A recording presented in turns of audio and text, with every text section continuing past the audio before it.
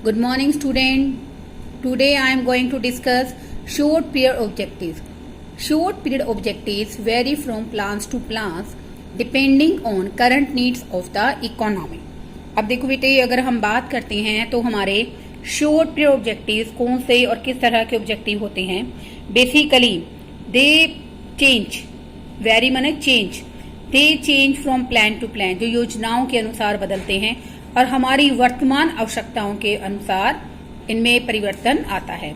अब देखो बेटे, broadly there are several 1 year plans. First one, when the first plan was initiated, the country was battling severe shortage of food grains. अब देखो बेटे, जब पहली योजना बनाई गई, 1 वर्षीय योजना बनाई गई, the country was battling, country जो हमारा जो भारत देश था वो फूड ग्रेन की समस्या की कमी से जूझ रहा था. Accordingly the first plan focused on higher agriculture production as the principal objective. तो हमारी जो पहली 1 वर्षीय योजना थी उसका मेन फोकस क्या था कि हम लोग एग्रीकल्चर प्रोडक्शन को क्या करें, इंक्रीज करें. Second one, enthusiastic the achievement of the first plan promoted the planners to shift the focus from agriculture to industry. अब देखो बेटे, एग्रीकल्चर के अंदर प्रोडक्शन इतना ज्यादा बढ़ गया, उसके बाद जो हमारे प्लानर थे उन्होंने अपना फोकस एग्रीकल्चर सेक्टर से शिफ्ट करके इंडस्ट्रियल सेक्टर के डेवलपमेंट की तरफ किया. Accordingly increase in industrial production was taken the principal objective during the second plan. तो इसलिए जो हमारी द्वितीय योजना थी उसका मेन फोकस क्या था कि हम लोग इंडस्ट्रियल प्रोडक्शन को कैसे इंक्रीज करें. Third plan emphasized the need for self sufficiency in food grain production, while the fourth plan focused on price stability and fuller utilisation of man power. जो हमारा थर्ड प्लान था उसमें उसके अंदर food grain के क्षेत्र में भारत को आत्मनिर्भर बनाने पर जोर दिया गया. जबकि हमारी जो फोर्थ योजना थी, चौथी योजना थी, उसके अंतर्गत प्राइस स्टेबिलिटी क्या होता है बच्चों, कीमतों में स्थिरता. जो एसेंशियल गुड्स हैं उनकी कीमत ना तो जरूरत से ज्यादा होनी चाहिए ना ही जरूरत से कम होनी चाहिए. And fuller utilisation of man power, और जो हमारे पास बेसिकली हमारी मानवीय शक्ति है उनका पूरा प्रयोग करना. Elevation of poverty was the principal objective of 5th and 6th plan. हमारी 5वीं और 6ठी योजना का मेन ऑब्जेक्टिव क्या था, एलिवेशन होता है उन्मूलन करना, यानी कि जड़ से उखाड़ फेंकना, निर्धनता को दूर करना हमारी 5वीं और 6ठी योजना का मुख्य उद्देश्य था. While the 7th plan again stressed the need for greater employment opportunity. और हमारी जो 7वीं योजना थी उसका मेन उद्देश्य क्या था कि बेसिकली रोजगार के अवसर को किस तरह से बढ़ाया जाए. 8th plan reinforced the objective of full employment besides universalization of education. हमारी जो 8th योजना थी उसका मेन ऑब्जेक्टिव था फुल एम्प्लॉयमेंट, पूर्ण रोजगार, और उसके साथ साथ यूनिवर्सलाइजेशन ऑफ एजुकेशन. जैसे बेटा सर्व शिक्षा अभियान हमारी सरकार ने चलाई है 6 से 14 साल के बच्चों के लिए, तो यही क्या है बेटे, यूनिवर्सलाइजेशन ऑफ एजुकेशन, यानी कि शिक्षा का सार्वभौमिक अधिकार सभी को प्रोवाइड करना जो बच्चे 6 से 14 वर्ष की उम्र में हैं. और दूसरा फुल एम्प्लॉयमेंट की अपॉर्चुनिटीज प्रोवाइड करना. This was the main objective of our 8th plan.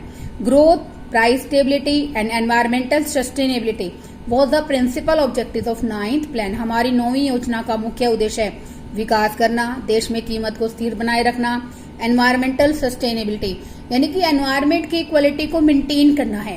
At present environment की क्वालिटी अच्छी रहे और आने वाली जो जनरेशन है उनको भी एक अच्छा क्वालिटी एनवायरमेंट मिले. This is known as environment sustainability. Sustainability क्या है, एक प्रोसेस है in which the resources are used at present in a manner that they can use at present as well as and they can survive for the future generation, for the future development. Future generation की development के लिए resources को रखा जा सके. यानी कि sustainable development यही कहती है कि इस तरह से रिसोर्सेज का यूज कीजिए ताकि आने वाली जनरेशन को भी रिसोर्सेज अवेलेबल कराए जा सके. तो ऐसे ही बेटे ऐसा एनवायरनमेंट उनको प्रोवाइड कराना ताकि उनको एनवायरनमेंट से रिलेटेड कोई भी बेसिकली डिसीज ना हो. 10th plan stressed the need of better quality of life, यानी कि जीवन की गुणवत्ता को बढ़ाया जाए. ये हमारी 9वीं योजना का मुख्य उद्देश्य था. पॉवर्टी एलिवेशन, पॉवर्टी रिडक्शन, निर्धनता को दूर करना, जॉब क्रिएशन, रोजगार के अवसर पैदा करना, एनवायरमेंट को प्रोटेक्ट करना, ये हमारी 11th प्लानिंग का मेन ऑब्जेक्टिव था। पॉवर्टी रिडक्शन, निर्धनता में कमी करना, जॉब क्रिएशन, रोजगार के अवसर पैदा करना and protection of environment, environment को हर तरह से प्रोटेक्ट करना, सुरक्षा करना were the focus area of 11th plan, हमारी 11वीं एक वर्षीय योजना के मुख्य उद्देश्य। 12th प्लान स्ट्रेस था need for sustainable development as well as the inclusive growth. जो हमारा 12th प्लान था उसके अंदर क्या था कि सस्टेनेबल यानी कि धारणीय विकास के साथ साथ देश का विकास किया जाए। देखो बेटे, आपको इसी चैप्टर के अंदर हर बार बेसिकली फर्स्ट 5 ईयर प्लान से लेकर फर्स्ट 5 ईयर प्लान कब लॉन्च किया गया था स्टूडेंट, 1951 के अंदर। सेकेंड आफ्टर 5 ईयर 56, उससे नेक्स्ट 61, ठीक है बेटे। तो ऐसे ही बेटे 3 एनुअल प्लान्स बनाए गए थे, जैसे 1 अप्रैल 1969 से बेसिकली ये बनाया गया था 74 तक, ओके। उसके बाद 74 से 79 तक एनुअल प्लान और भी बनाए गए थे बेटा। तो बेटे हमारा जो क्वेश्चन बनता है कि फर्स्ट 5 ईयर प्लान कब लॉन्च किया गया, 1951 में। और 12th 5 ईयर प्लान बेसिकली इसके कब लॉन्च किया गया था, 2012 से लेकर 2017 तक। एट प्रेजेंट बच्चों हमारा कौन सा प्लान चल रहा है स्टूडेंट, आपको पता होना चाहिए। This is the 13th plan which was already started on 1 April 2017 and this was ended on 31st March 2022, okay. अब बेटे हम लोग पढ़ेंगे हमारे features of economic planning persuade under planning till 1991। देखो बेटे, फीचर्स ऑफ इकोनॉमिक पॉलिसी, हमारी जो आर्थिक नीति बनाई गई है अंडर प्लानिंग योजनाओं के अंतर्गत टिल 1991 तक, यानी कि 1991 तक उसकी क्या क्या विशेषताएं थी। Planning in India has witnessed a marked shift in the economic policy of the government in the year 1991. Planning in India, Bharat के अंदर योजनाओं में बहुत अधिक रूपांतरण, बहुत अधिक परिवर्तन आया है जब सरकार ने 1991 में पॉलिसीज बनाई है। Accordingly features of economic policy, जो हमारी इकोनॉमिक पॉलिसी की फीचर्स हम लोग पढ़ेंगे, are often studied separately for the pre 1991 and post 1991 period. अब देखो बेटे इस चैप्टर के अंदर ना टिल 1991 की बात कर रहे हैं हम लोग। तो बेटे यहाँ पर हम लोग 1991 के अंदर जो योजनाएं बनाई गई हैं उसको 2 भागों में पढ़ेंगे। आज का जो हमारा टॉपिक है बेटे प्री 1991, 1991 तक क्या था, और आफ्टर यानी कि पोस्ट 1991 में जो पॉलिसीज बनाई गई उनकी क्या ऑब्जेक्टिव थे। Student, I want to clear this topic. देखो बेटे बेसिकली जो इकोनॉमिक रिफॉर्म्स थे वो 1991 के बाद किए गए थे। उससे पहले बच्चों बेसिकली क्या था कि जो हमारी योजनाएं थी उन योजनाओं के अंतर्गत हमारे पास बेसिकली 3 टाइप्स की पॉलिसीज थी। वो पॉलिसी किस तरह की थी, देखो बेटे उसके अंदर हमारी जो फर्स्ट पॉलिसी थी दैट वाज फोकस्ड ऑन, उसका फोकस क्या था बच्चों कि LPG, ठीक है ना बच्चों। LPG का मतलब क्या है बेटे, प्री 1991 जो हमारी पॉलिसी थी स्टूडेंट, उसका मेन फंडा क्या था कि हम लोग किस तरह से हमारे देश के अंदर योजनाएं बनाते हैं। देखो बेटे 1991 से पहले जो हम बात कर रहे हैं ये अब की पॉलिसीज हैं जिनकी मैं आपको फीचर्स डिस्कस करने वाली हूँ। बट बेटे ये जो LPG पॉलिसीज हैं, liberalisation, privatisation, globalisation, these are related to post 1991 policies. Pre 1991 policies are LQP. Here what is the meaning of LQP? Here the L money licensing, second one Q money quota and P money permit. तो इसका मतलब क्या है कि हर एक businessman को business शुरू करने से पहले लाइसेंसिंग लेना पड़ता था, परमिट लेना पड़ता था, कोटा कर फिक्स करना पड़ता था कि कितना प्रोडक्शन करेगा। बट बेटे 1991 के बाद इन पॉलिसीज को चेंज कर दिया। LQP was replaced by LPG, liberalisation, privatisation and globalisation. Under the liberalisation जितने भी अननेसेसरी टैक्स थे, अननेसेसरी बर्डन थे, उसको रिड्यूस कर दिया गया था। सेकेंडली अगर हम बात करते हैं हमारे, तो इसके अंदर बच्चों बेसिकली क्या किया गया था, 1991 के बाद हमारी जो पॉलिसीज थी LPG, उसके अंदर हमारी इकोनॉमी को काफी कॉम्पिटेटिव बना दिया गया था। P में था स्टूडेंट यहाँ पर प्राइवेटाइजेशन। प्राइवेटाइजेशन के अंदर हमने क्या किया कि हमारी जो पॉलिसीज थी बेसिकली उनमें हमने बहुत अधिक सुधार किया। वो सुधार किस तरह का था बेटे कि जितने भी हमारे पब्लिक सेक्टर थे उनको अंडर प्राइवेट सेक्टर कर दिया, जितने भी मिक्स सेक्टर थे वहां से हमारे जो बेसिकली पब्लिक सेक्टर थे उन्होंने अपना शेयर विड्रॉल कर लिया। जी मने ग्लोबलाइजेशन। ग्लोबलाइजेशन का मीनिंग क्या था? Integrating our economy with rest of the world, Bharat की अर्थव्यवस्था को शेष विश्व की अर्थव्यवस्था के साथ जोड़ना। This one called globalisation. ये तो है बेटे post 1991, but in this topic I am going to discuss the planning till 1991 या बिफोर 1991। उसके फीचर्स हम लोग डिस्कस कर रहे हैं बच्चों। First one, the present section describe the economic features of economic policy between the period 1951 to 1991। अब देखो बेटे यहाँ पर जो हमारी पॉलिसीज हैं वो है economic policy prior to 1991 indicated heavy reliance on public sector. हमारी जो आर्थिक नीति थी बेसिकली 1991 में उन्होंने पब्लिक सेक्टर पर बहुत ज्यादा यानी कि सार्वजनिक क्षेत्रों पर बहुत ज्यादा भरोसा किया। 10 इन इंडस्ट्रियल पॉलिसी रेजोल्यूशन यानी कि IPR, जो हमारी IPR थी बेटे industrial policy resolution, as many as 17 industries were reserve for the public sector as against 12 industries and marked for the private sector. इसका मतलब क्या है?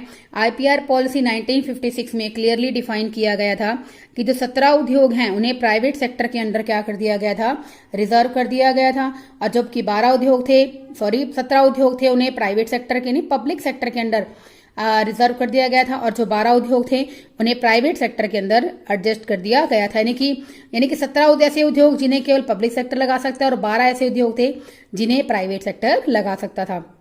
It was realized that objective of social pattern of the society, ऐसा महसूस किया गया था कि जो हमारे देश का सोशलिस्टिक पैटर्न है यानी कि सामाजिक ढांचा है उसको हम लोग कैसे अचीव कर सकते हैं?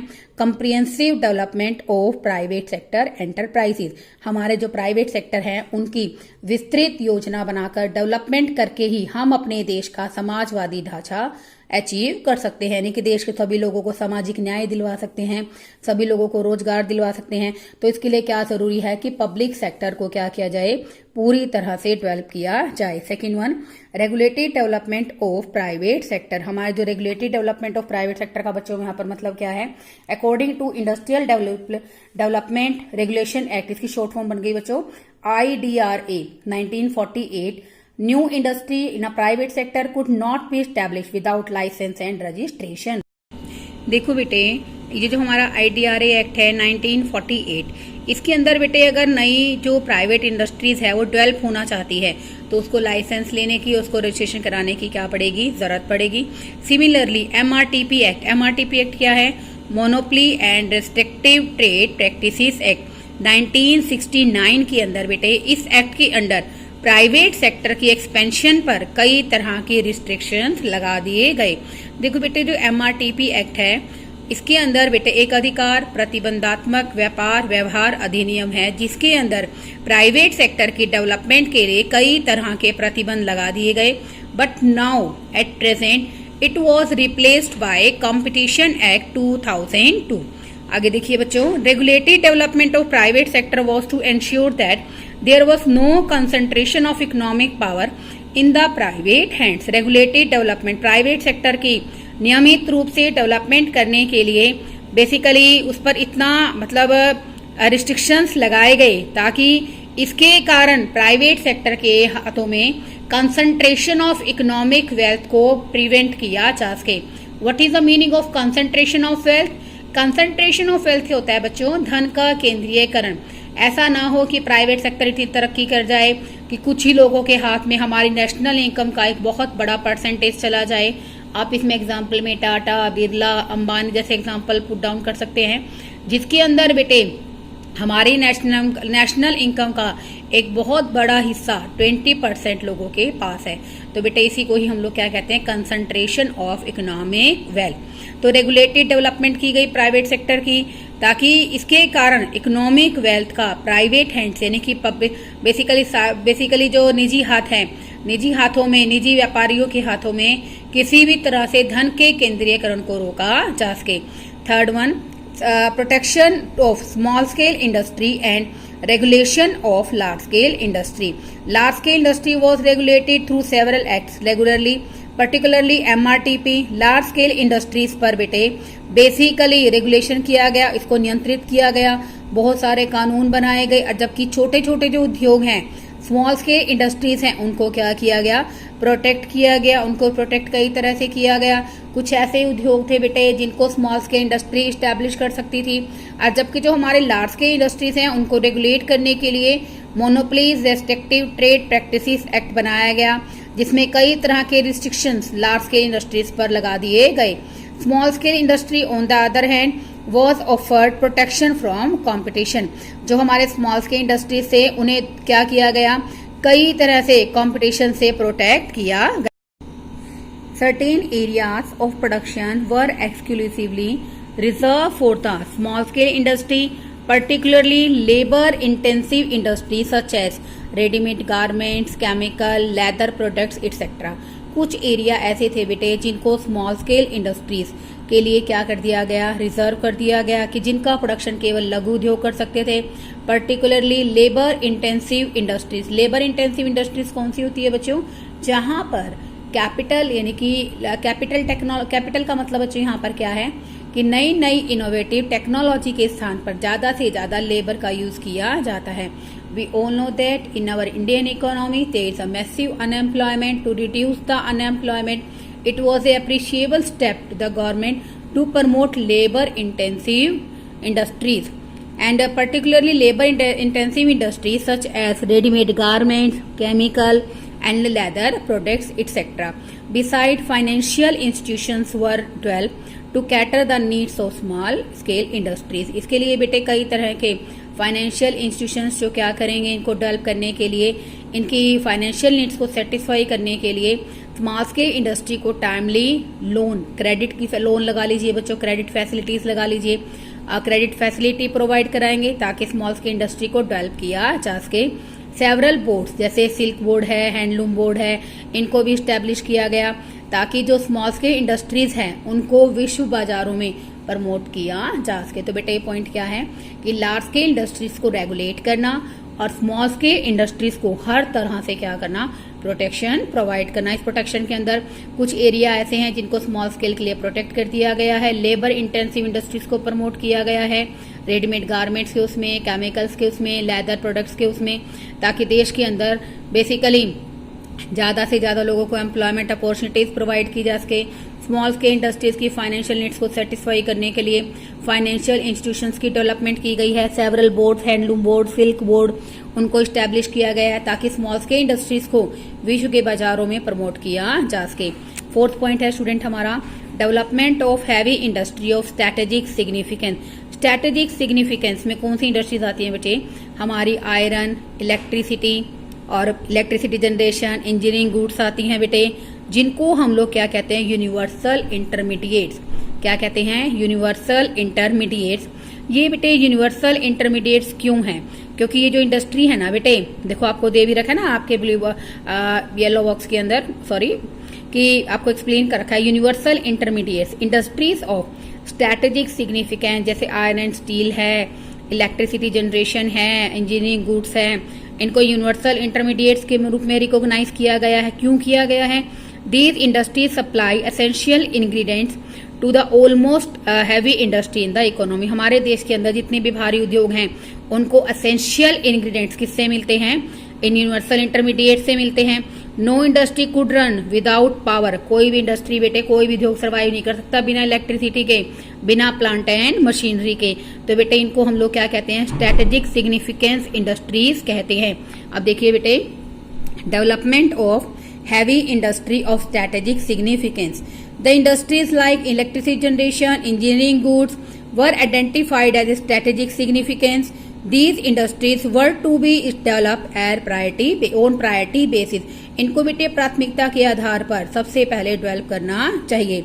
आगे आ जाइए student, focus on saving and investment. देखो बेटे, हम कहते हैं ना कि बेसिकली इकोनॉमिकली एक देश की ग्रोथ का ड्राइवर कौन है, सेविंग और इन्वेस्टमेंट।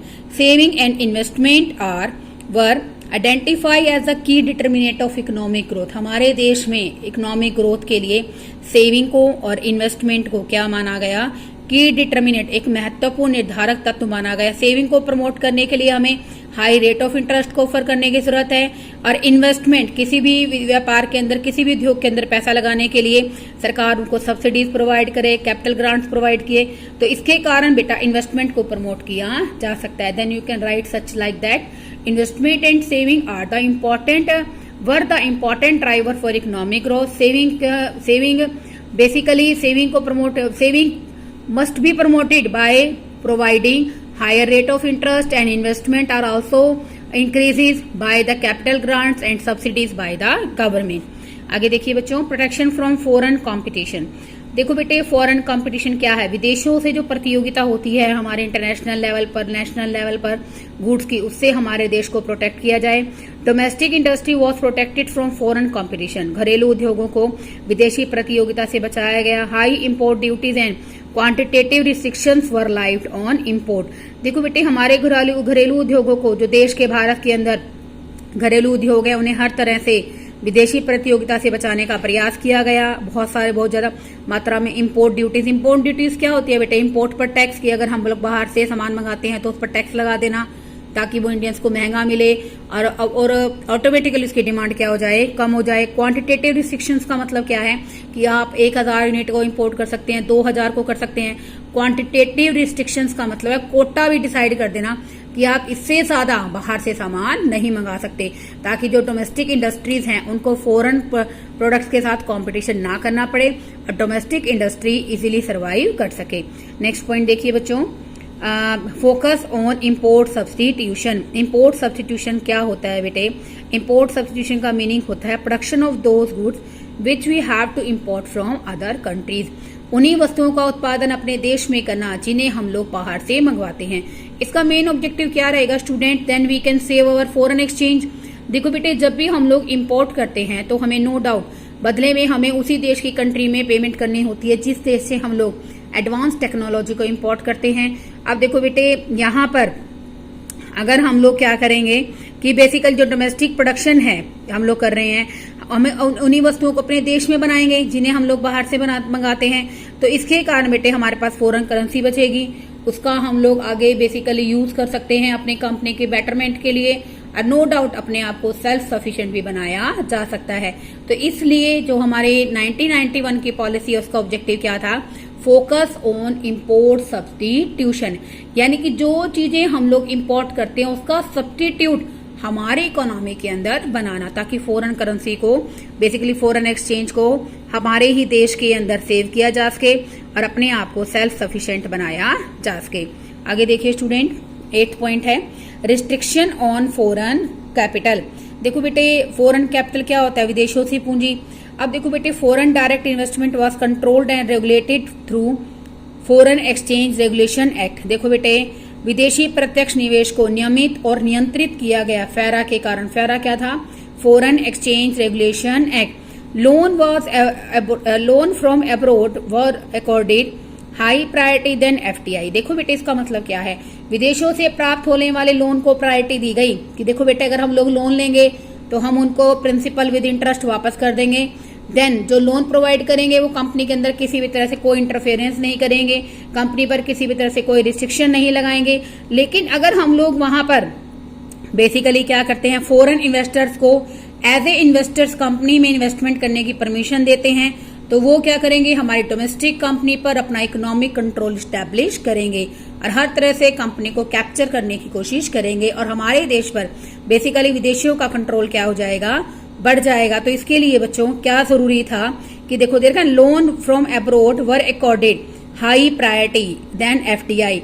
फॉरेन डायरेक्ट इन्वेस्टमेंट के स्थान पर हमने लोन को, विदेशों से प्राप्त लोन को ज्यादा प्रायोरिटी दी। दिस वाज टू मिनिमाइज, इसके पीछे का ऑब्जेक्टिव था कि हम अपने देश में इकोनॉमिक कंट्रोल को कम कर सकें, ठीक है ना। इकोनॉमिक कंट्रोल किसका, फॉरेनर्स का in our India. This was idea, इसकी आइडिया किस लिए था, to minimise economic control of domestic market by the foreign investors. क्योंकि देखो बेटे, अगर investors as a investor investment करेंगे तो कंपनी के अंदर इकोनॉमिक कंट्रोल करने की कोशिश करेंगे, देश के अंदर बेसिकली जितना भी प्रॉफिट है उसको बेसिकली अपने हिस्से में, जितना भी प्रॉफिट है हमारी कंपनी कमा रही है उसको अपने देश की डेवलपमेंट के लिए यूज करेंगे। लेकिन अगर हम लोग लोन लेते हैं तो हम अपने देश को उनके इकोनॉमिक कंट्रोल से बचा पाते हैं, तो इसलिए हमने लोन को प्रेफरेंस दी comparable to the foreign direct investment. This is the last point for the topic centralised planning. Centralised planning का अर्थ यहाँ पर क्या है स्टूडेंट, बेसिकली केंद्रीयकृत योजना। कैसे केंद्रीकृत योजना? Programmes of growth and development at state level were align to the central planning. देखो बेटे, सेंट्रल गवर्नमेंट प्लानिंग करती है सेंट्रल लेवल पर, स्टेट गवर्नमेंट प्लानिंग करती है स्टेट लेवल पर। तो बेटे जो प्रोग्राम ऑफ ग्रोथ है, देश के विकास के लिए, देश की वृद्धि के लिए जो योजनाएं बनाते हैं वो स्टेट लेवल की जो है योजनाएं वो केंद्रीय योजनाओं के अनुरूप होनी चाहिए, उसकी सहायक होनी चाहिए। That is the objective of growth as specified at the state level did not contradict with the overall strategy of growth as specified in the 5-year plan। इसका अर्थ बच्चों यहाँ पर क्या है कि जो हमारा ऑब्जेक्टिव ऑफ ग्रोथ है, जो हमारे देश के अंदर बेसिकली हमारी विकास की योजनाएं हैं स्टेट लेवल पर, वो कंट्राडिक्ट नहीं होनी चाहिए। कंट्राडिक्ट का मतलब बच्चों क्या है, एक दूसरे के विरोधाभास में नहीं होनी चाहिए। जो ओवरऑल स्ट्रेटेजी के अकॉर्डिंग ही स्टेट डेवलपमेंट प्रोग्राम होने चाहिए जो कि हमने 5-year प्लान्स के अंदर डिसाइड किए हैं। It means we can say that in easy words the state planning of development will not be contradict to the overall strategy of planning which was made in a 5-year plan. This is known as centralized planning. Student बहुत ही easy topic है, easy chapter है।